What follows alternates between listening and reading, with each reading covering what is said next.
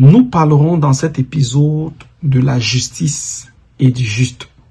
Nous ne parlons pas aussi de la justice dans le sens d'une décision juridique ou de ce bâtiment, ce grand bâtiment dans lequel il y a des procès qui s'opèrent. Non, nous parlons de la carrure de l'homme parfait, du niveau, du baromètre fixé par l'Éternel. C'est de cette justice.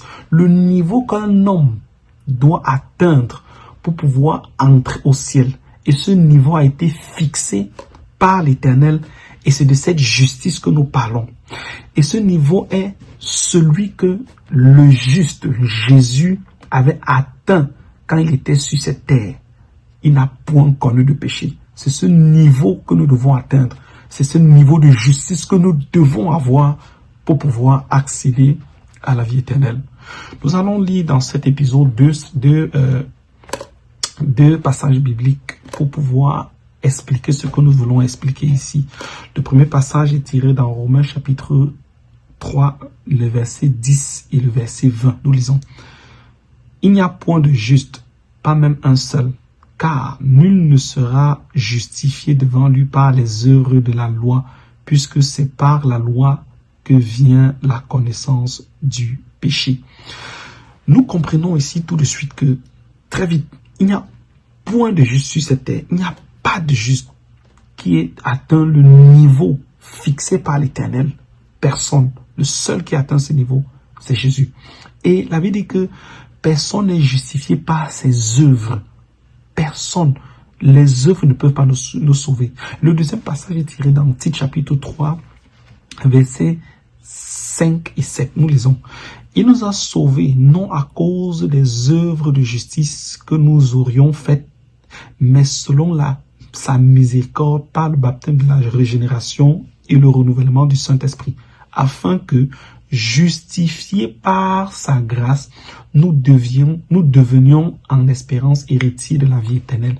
Justifiés, nous sommes justifiés par sa grâce. Nous sommes justifiés par la grâce de Dieu. La grâce de Dieu pour que nous puissions accéder donc à la vie éternelle. Nous allons encore lire un autre passage. Ce passage est tiré dans Éphésiens chapitre 2. Nous allons lire le verset 8 et nous allons comprendre de quelle manière est-ce qu'un homme, nous sommes sauvés, ou alors de quelle manière nous avons été sauvés. Parce que toute personne qui a reçu Christ, qui a reçu Christ dans son cœur comme sauveur et Seigneur personnel, a été sauvé, nous dit la parole, est déjà sauvé. Et nous allons comprendre de quelle manière ce salut s'est opéré. La Bible dit que, car c'est par la grâce que vous êtes sauvés par le moyen de la foi, et cela ne vient pas de vous, c'est le don de Dieu. C'est le don de Dieu. C'est le don de Dieu. Et comment est-ce que ce don s'est opéré? Nous allons encore aller lire un autre passage biblique qui va nous dire clairement comment est-ce que ce don s'est opéré. C'est dans 2 Corinthiens chapitre 5 verset 21. La Bible dit, celui qui n'a point connu le péché, il a fait devenir péché pour nous, afin que nous devenions en lui justice de Dieu. Celui qui n'a connu point de péché. Jésus n'a connu point de péché. Jésus n'a pas péché. Dieu a fait de Jésus péché, pas pécheur, parce que Jésus n'a jamais été un pécheur, mais il a fait ce péché qui nous dérange afin que nous puissions faire comment? Devenir juste. Ça veut dire qu'il y a un acte de changement qui s'est opéré. Notre justice imparfaite, Jésus a récupéré cela et nous a donné, c'est ce don dont on parle également, que nous avons lu tout à l'heure dans Éphésiens chapitre 2 verset 8. Ce don-là, c'est le don de Dieu.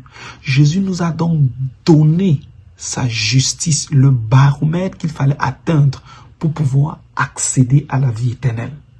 C'est pourquoi nous ne devons pas penser que c'est à cause des œuvres que nous opérons que nous sommes agréés devant le Seigneur. Mais quand Dieu le Père nous regarde, en réalité, mon cher ami, ce qu'il voit, c'est la justice de Dieu. C'est la justice de son Fils Jésus qui est en nous. C'est cette justice qu'il voit. La différence entre nous avec ceux de l'Ancienne Alliance, parce que dans l'Ancienne Alliance, le souverain sacrificateur se présentait une fois par an devant le Saint des Saints pour opérer, pour une cérémonie pour expier le péché du peuple. Et lui-même devait faire très attention par sa façon de faire. Pourquoi? Parce que s'il allait mal, s'il péchait, s'il ne respectait pas l'ordonnance prescrite, il pouvait également mourir en cet endroit. Mais aujourd'hui, c'est différent. Pourquoi? Parce que nous pouvons aller dans le lieu très saint, devant le trône de grâce, à tout temps. En tout temps. Pourquoi? Parce qu'en nous réside la justice de Dieu. Parce que Christ nous a justifiés. Et c'est pour ça que nous avons cet accès, ce libre accès. Lorsque nous lisons Hébreux chapitre 4, la Bible dit que nous ne devons pas avoir peur. Nous n'avons pas un souverain sacrificateur qui ne saurait compatir à nos infimités. Ayant été éprouvé ou tenté en toutes choses, il n'a point péché.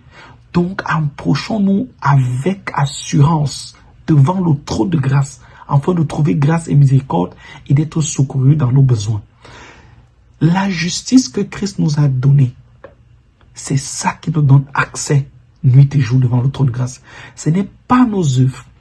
Il y en a qui se disent que c'est le fait de prier tous les jours qui fait en sorte que Jésus nous garde. Non, parce que si nous voulons être honnêtes, il y a des moments où il peut nous arriver d'oublier ou alors d'omettre ou bien de ne pas faire quelque chose.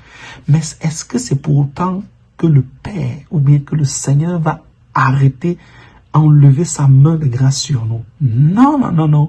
Pourquoi? Parce qu'en nous, nous avons atteint ce baromètre que le Père nous demande, parce que c'est lui qui nous a imputé cela. Il nous a donné cela.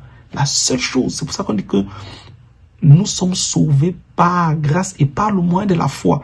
Et d'où vient cette foi? Comment est-ce que nous devons activer cette foi? Cette foi vient du fait que nous avons reçu Jésus.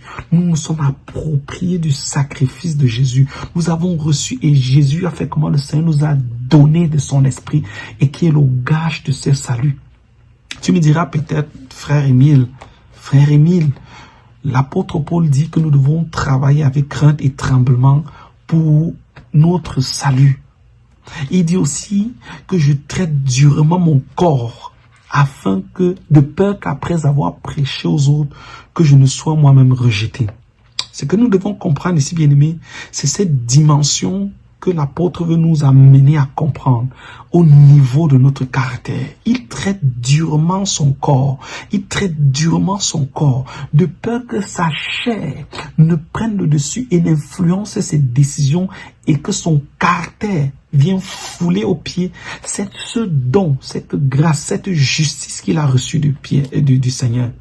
C'est pourquoi nous devons travailler avec crainte et tremblement, non pas parce que nous avons peur de la mort, mais parce que nous voulons honorer cette justice qui nous a été imputée. En faisant quoi? En travaillant sur notre caractère. L'apôtre Paul devait travailler durement son caractère, expulser en lui l'impatience, expulser en lui la jalousie, expulser de sa vie la colère inutile, expulser de sa vie les envies, expulser de sa vie la malice. Il travaillait. Et nous sommes tous, en tant qu'enfants de Dieu, appelés également à faire ce travail, à travailler sur notre caractère.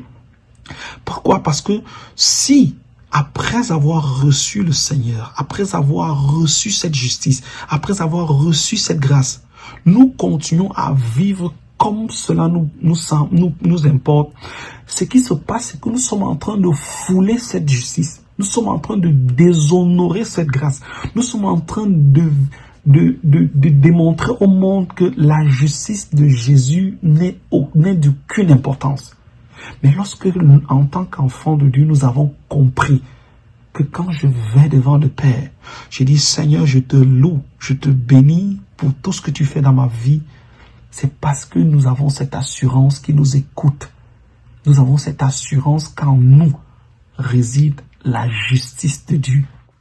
Pour conclure donc avec ce thème qui était la justice et le juste, nous devons comprendre que la justice, c'est le baromètre fixé par le Père, et le juste, c'est Jésus, l'exemple à suivre.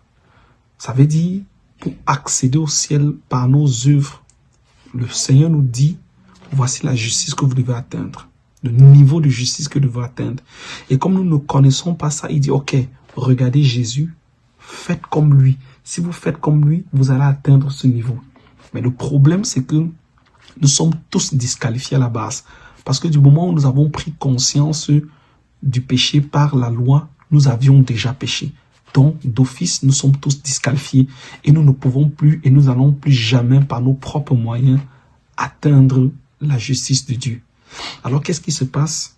Jésus, le juste, nous donne sa justice et récupère notre injustice. Et maintenant, devant Dieu, nous avons accès maintenant parce que nous avons déjà atteint ce niveau de justice. C'est pourquoi les actes, les œuvres que nous posons, ce n'est pas pour dire que Seigneur, ou alors aller confronter le Père dans son tribunal et dire que je me suis occupé de la veuve, je me suis occupé de l'orphelin, j'ai pris soin de l'indigent, j'ai construit ton église, j'ai posé tel acte, j'ai fait ceci, alors je mérite le ciel. Non, mais les œuvres que nous posons ne sont qu'en réalité des signes qui prouvent notre engagement à suivre le Père, des signes ou alors des marques de reconnaissance, des marques d'amour, des marques d'obéissance envers la parole de Dieu. C'est pourquoi nous posons ces actes. Si je soutiens la veuve, si je prends soin de l'église, c'est parce que j'aime le Seigneur. Si je prends soin de mon frère, si je prends soin du peuple de Dieu, c'est parce que je m'engage au service. C'est parce que je reconnais cette grâce. C'est parce que en moi, je reconnais cette justice qui m'a été donnée. Alors je m'engage à servir le Seigneur parce que je l'aime. Si je prends soin de la veuve, c'est par amour, non pas parce que je veux me justifier demain, mais c'est parce que j'aime mon Dieu. C'est ça, le juste et la justice. Amen.